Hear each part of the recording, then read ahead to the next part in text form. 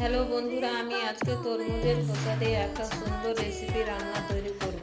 প্রথমে আমি তরমুজের খোসাগুলো ভালোভাবে ছিলে ধুয়ে রেখে দিয়েছি।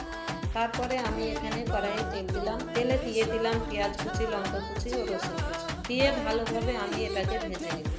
ভাজা হয়ে যাওয়ার পর এখানে ধুয়ে রাখা তরমুজের খোসাগুলো দিয়ে দিব।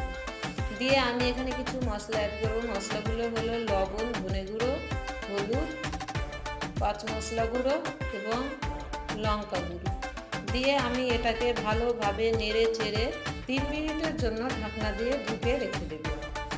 3 মিনিট পর ঢাকনা সরিয়ে আমি এখানে সিদ্ধ হওয়ার জন্য পরিমাণ মতো জল দিয়ে দিব। জল দিয়ে আবারও আমি ঢাকনা দিয়ে ঢেকে রেখে দেব। প্রায় 15 মিনিটের মতো ঢাকনা দিয়ে ঢেকে রাখতে হবে। এই দেখো, আমার তরমুজের খোসাগুলো সিদ্ধ হয়ে গেছে। এইভাবে রান্না করে খেয়ে দেখুন, মাংসের স্বাদকেও হার মানাবে।